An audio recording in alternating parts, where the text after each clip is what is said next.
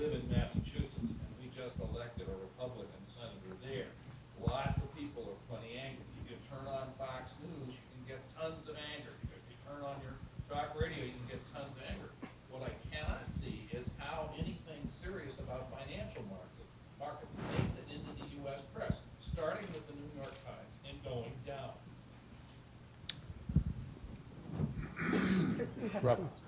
Josh Roser? Yeah, I think those questions actually are sort of linked. And one of the things that I think the population is frustrated with, which actually speaks to Judge Sporkin's view, is that I think the population thinks less regulation in part because they see the arbitrariness of the enforcement of existing regulation. And I think that that's actually the frustrating element here. You had a regulator who saw a lot of the problems at Fannie and Freddie. That regulator happened to have been funded on budget, okay, and was subject to political pressure where a legislator would call and say, you can't do this because the mission is increase home ownership. And they said, but our mission is safety and soundness. Okay? You've got this juxtaposition, a pro-cyclicality built into the system sometimes between mission and safety and soundness. And that leads to conflicts within the application of regulation. And I think that's part of the tension that we need to recognize in this. And frankly, the financial sector's access and involvement with the legislative process is really the exacerbating feature to that, which I think we also have to talk about. Let me also, though, come back and talk about the press here for a second. The press at times has identified this stuff. A full year before Enron ever blew up, there were a couple of reporters that did some very good newspaper articles about all the problems with Enron. On Freddie and Fannie Mae's balance sheet, there were articles done by reporters that highlighted serious problems with those. And in the summer of 2007, there were articles done about concerns being raised by analysts on the street with respect to AIG.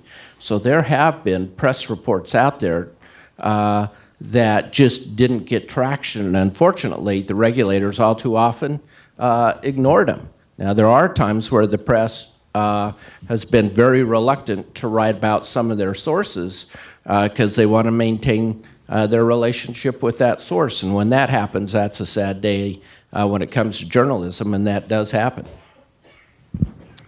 Let's see. Dylan Radigan. I just want to actually answer a little bit more of the other gentleman's question. The other issue is, I'll be honest with you, as somebody who hosts a show that's attempting to address all of this, and as somebody who would like to have everybody on this panel as my guest this afternoon in my fantasy land, although I don't think it would be particularly good television, this conversation doesn't rate. This conversation doesn't sell newspapers. This conversation is bad business for journalism. And the challenge that I think we all have, and the challenge somebody like myself faces every day, is how do you compel an audience to hear the truth, as simple as it may be, so that they will act upon it. And I guess which leads me to my question to all of you, which is what fact, what very simple fact that illustrates the distinction between a custodial role in society, whatever that may be, custodial over money, custodial over security, in this case we're talking about money, and a principal role, and the rules that are assigned to a principal and the rules that are assigned to a custodian. What single fact have you guys found is the most effective in awakening those who quite honestly could care less as long as the electricity turns on and they can move on with their lives?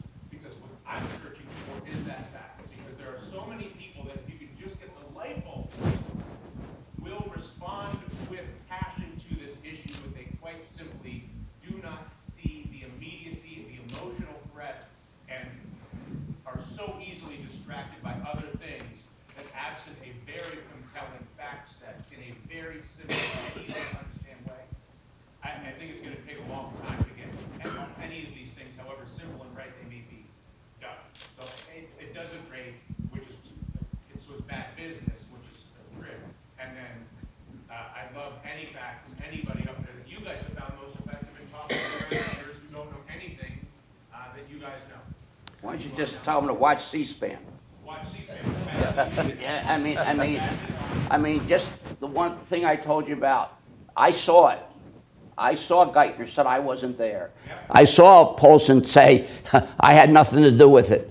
I mean, I was flabbergasted. But that is, they bring you the. Did you see the Toyota hearings the other day? I did. They're terrific, those hearings. They're much harder on Toyota for some reason. Well, I don't know. I don't know, but what I'm trying to say is that I know that they might have something to do with this program, but they're the ones that get the facts out that I think if the public sees it, they're seeing it unvarnished. But my point is, even when you put the facts out, Yeah. they lose the rapidity with which interest is lost in the face of facts is startling. Yeah, but I mean, I picked that thing up with what I was just telling you, and I went ballistic. Now, maybe some others are not as listen to that because we were told they couldn't negotiate. Understand the underlying implications of authorizing the pass-through at AIG, and you understand as a result, you feel the emotional outrage because you can see the theft, whereas most people just see white guys on TV who are saying it wasn't me. No, but yeah, I know, but who did it? It's a mystery. Who did it? All right, I want to move on. Danny Schechter. Yeah, Danny Schechter with Media Channel. Thank you. I want to comment, Dylan, it's not about facts. It's about the facts of everyone's life, which it's getting harder and harder to live in this country. That's the fact that people understand the most and they're angriest about. I wanted to comment on Jim Chanos and Michael Greenberger, the only two people on the panel who really talk in any way about crime and about the criminal aspects of this. The notion of a lack of concern about anti-fraud and anti-manipulation that Michael made. Jim's comment about criminality. Because once you get into criminality, you get into right and wrong and morality. And that's something people understand very clearly. Bernie Madoff was a symbol of outrage in this country, not simply a perpetrator who got his just rewards. And there are many more Bernie Madoffs. And it seems to me that if we're going to get financial reform through, we have to tie it in some way to these right and wrong issues. We have to give people a sense that this is a fight for economic justice, not simply a fight for this rule, this regulation or that regulation.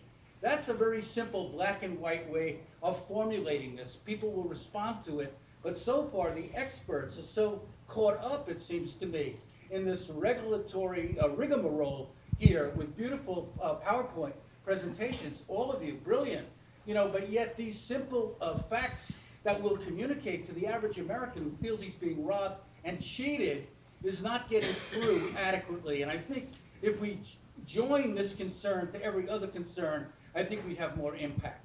I'd like a comment, Jim, or anyone else to this point. I don't want to talk about criminality, but I do want to talk about something that relates to it. And it relates, I think, a little to your question. There are two issues that don't come up in this discussion. Fiduciary responsibility. That's the fundamental issue. When we went to Wall Street, I don't want to sound like I was here with Peter Stuyvesant, but there was a lot of discussion about fiduciary responsibility. There's almost no discussion about fiduciary responsibility. There's not enough discussion about conflict of interest, and there's not enough discussion about conflict of interest as it relates to fiduciary responsibility. And those were two fundamental issues that we discussed. Now, the question that amazes me is there are discussions every day in the newspaper on conflict of interest. They tend to center about one firm, but there are many firms involved.